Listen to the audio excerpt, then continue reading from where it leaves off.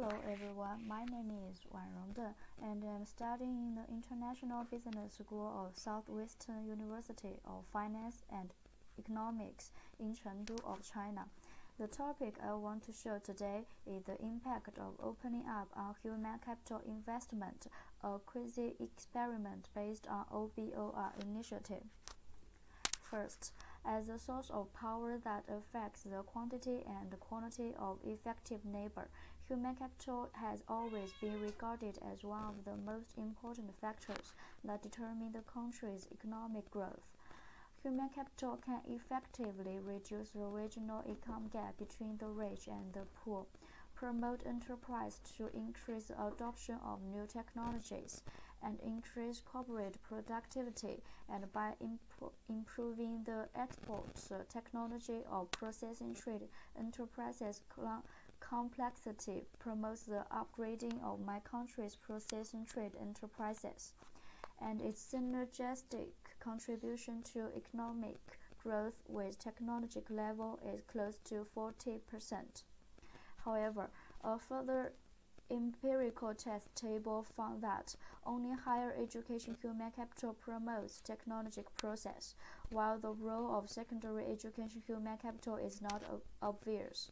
With the decline in the growth rate of the working age population and the acceleration of aging, measures that paying attention to the quantity of labor force instead of the number of labor forces, strengthening China's comparative advantage in human factors under the open pattern, and active shifting from relying on the demographic divided effect to relying on the talent divided effect has played an important role in China's economic transformation and development.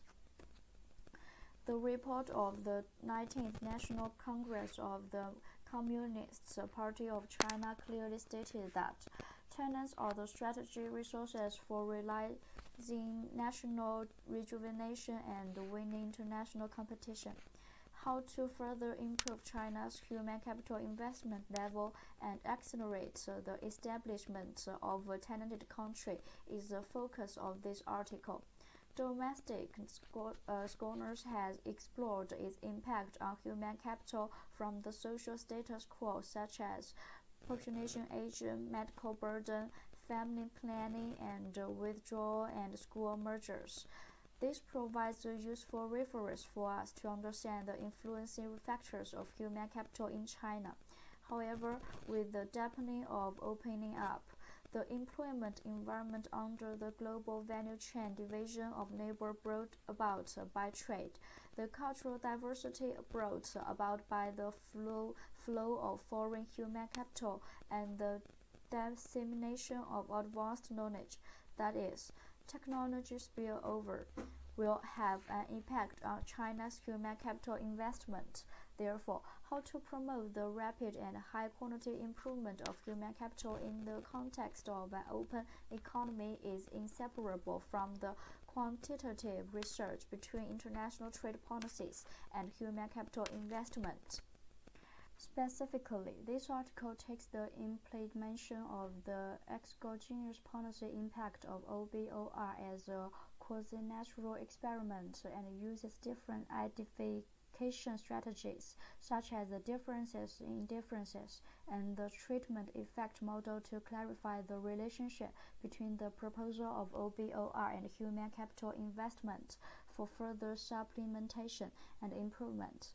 On this basis, placebo test, removal of samples, shortening the time window, and distinguishing between one belt and one road province are carried out through to test the robustness of the relationship between OBOR and human capital investment, and to exclude the influence of other trade policies on the empirical, further confirming and expanding existing research. At the same time, this article also proposes the role of OBOR in human capital investment and corresponding policy recommendations in order to provide a theoretical basis for giving full play to the important role of OBOR in promoting China's high-quality development. So, based on previous literature, The core hypothesis of this article is put forward. That is, the Belt and Road Initiative has a positive impact on human capital investment. This paper regards the Silk Road Economic Belt and the 21st Century Maritime Silk Road Policy OBOR as a quasi-experiment using the difference-in-difference method to explore the impact of the OBOR policy on human capital investment in China. The 18 provincial administrative regions involved in the policy provide conditions for the experimental group and the control group, including Xinjiang, Chongqing, Shanxi, Guangzhou, Ningxia, Qinghai, Amsterdam-Zuid, Heilongjiang, Jilin, Liaoning, Guangxi, Yunnan, Tibet, Shanghai, Fujian, Guangzhou, Zhejiang, Hainan. Therefore, this study uses the provinces mentioned in the policy as the experimental group and the remaining provinces as the control group. The changes of the experimental group and the control group before and after the two periods are used to evaluate the impact of the OBOR policy on human capital investment. Based on the principle of the difference-in-difference method, the benchmark regression model is constructed as followed. In the model, I refers to city and T refers to year. The implant variable is average education investment per family and province, I in year T. For education, expenditure is an important human capital investment method. This paper mainly measured the average household cultural expenditure and education expenditure in each province. Post-1418 means whether OBOR policy practice happened. One referring to the year after 2014 and 0 indicating to the year before 2014. The core variable treatment IT indicates whether it's the area where the OBOR policy is implemented. The experimental group area is 1 and the control group area is 0. Control IT represents a series of control variables, including consumer price index (CPI), GDP per capita, number of schools at all levels, financial education expenditure. DI represents individual fixed effects, DT represents time fixed effect, and sigma represents the stochastic disturbance team. This paper is explained by the variable process average family education investment innovativeness using data from the Chinese Family Tracking Survey implemented by Peking University's China Center for Social Science Investigation. This data has been published to data in multiple periods, includes CFPS 2010, CFPS 2011, CFPS 2012, CFPS 2014, CFPS 2016, and CFPS 2018, and provided sufficient data for the empirical analysis of this article. Other control variable data were obtained from the Office for National Statistics yearbooks. Table 1 is the variable description and data source, and Table 2 reports the results of descriptive statistics for the main variables. 3 reports the result of the random effects and the fixed effects models. It can be seen that the estimated coefficients of the two models are significantly positive, indicating that the proposal of the OBOR policy has significantly promoted human capital investment and initially proved hypothesis.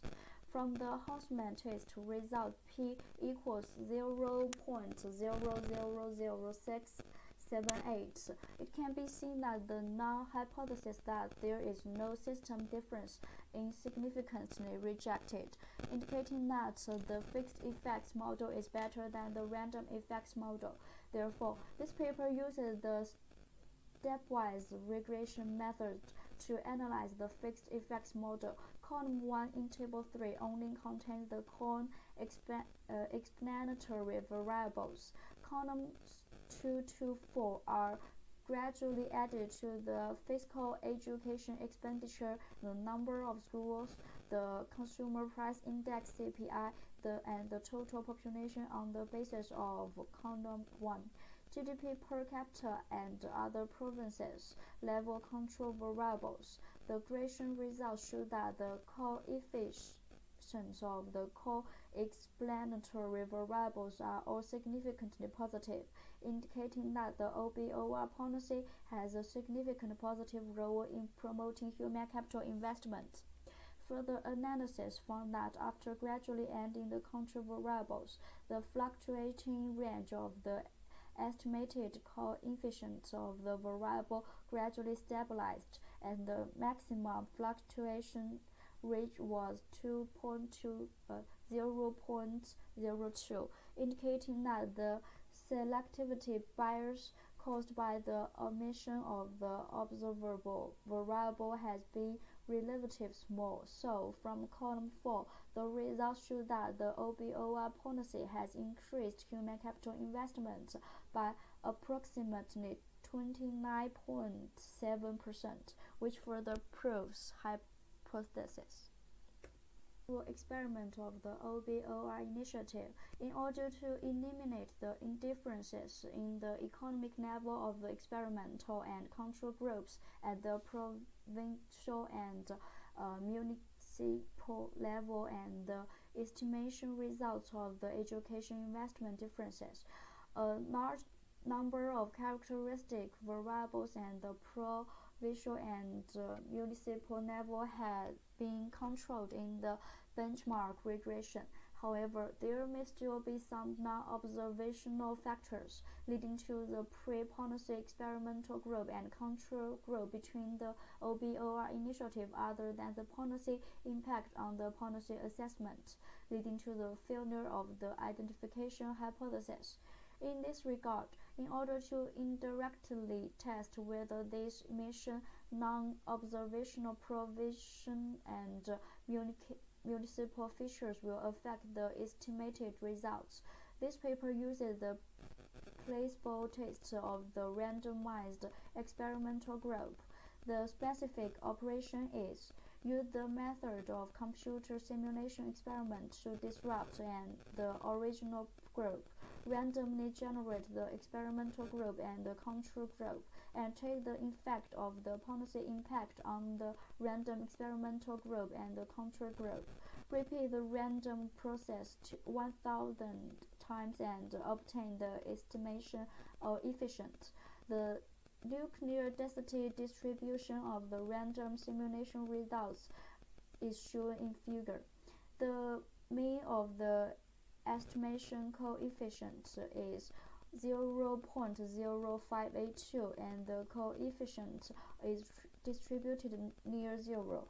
Meanwhile, the coefficient is significantly different from the benchmark regression estimation coefficient of the column 6 of Table 3. So, the unobserved provincial and municipal levels can almost have little impact on the estimation results, and the estimation results are stable. Since different sample has different sensitivity to the obtained results, subsample regression is also often performed during the robust test. According to the degree of agriculture and industrial development, the provinces are divided into agricultural development and undeveloped groups. Industrial developed and undeveloped groups for the sample robustness test, according to 3 to sex. The OBOR initiative has a significant positive impact on human capital investment in provinces in different groups, and the results are stable. There are some other robust tests. First, reduce the sample life test. The initial sample period selected in this paper is 2010 and to 2018, and some missing data are eliminated. In order to avoid the process data and other trade policies interfere empirical results, we have shortened the previous policy implementation years to 2011 to 2014 and shortened the previous years of the policy implementation to 2014 to 2016. After processing, the relationship of the OBOR initiative affecting human capital investment is returned once again, which will help to unify the research of this paper in the context of the OBOR initiative and eliminate other possible policy interference. Second, remove the sample test. Since China joined WTO, China has grown open and has had multiple trade policy in parallel. Since the OBOR initiative was proposed, China has vigorously developed the construction of a free trade zone. The impact of free trade zone is function and fluency may exist overlap with OBOR. So this article will eliminate free trade zone established before 2018, including Shanghai, Guangzhou, Tianjin, Fujian, 辽宁、浙江、湖北、重庆、四川、河南、陕西 11 processes, and then return to the robustness test. In order to avoid other trade policy interference to empirical analysis, the return results are listed in Table 5.2. The OBOR initiative has a significant positive impact on human capital investment in provinces without established free trade zones, among which the human capital investment of provinces without established free trade zone increased more significantly. Third, replace the interpreted variable index. The index robustness test is mainly realized by adopting alternative indicators to the core interpretation variables. The human capital investment interpretation variable is replaced by the family education expenditure with the reading number. The specific results are shown in Table 5.3, and the established coefficient is of the alternative index regression results is significantly positive, indicating that the policy impact of OBOR initiative has significantly improved the human capital investment level of the provinces and cities of the experimental groups. So there is a conclusion. The study found that, first, the implementation of the OBOR initiative plays a significant role in promoting human capital investment in provinces along the road. The conclusion is still established in a series of robustness tests such as placebo test, sample elimination test, replacement of interpreted variable index test, and simple regression. Second, this paper analyzes the influence mechanism of the OBOR initiative on local personal education investment, the increased export technology complexity, and actively expanding the introduction of important labor intensity products will cause the deterioration of regional labor market overall employment conditions and inhibit the overall income growth of local labor force, which has a more impact on low-skilled labor, and thus promotes the local human capital investment by reducing the opportunity cost of education investment and improving the expected income of education investments. That's all my presentation. Thank you.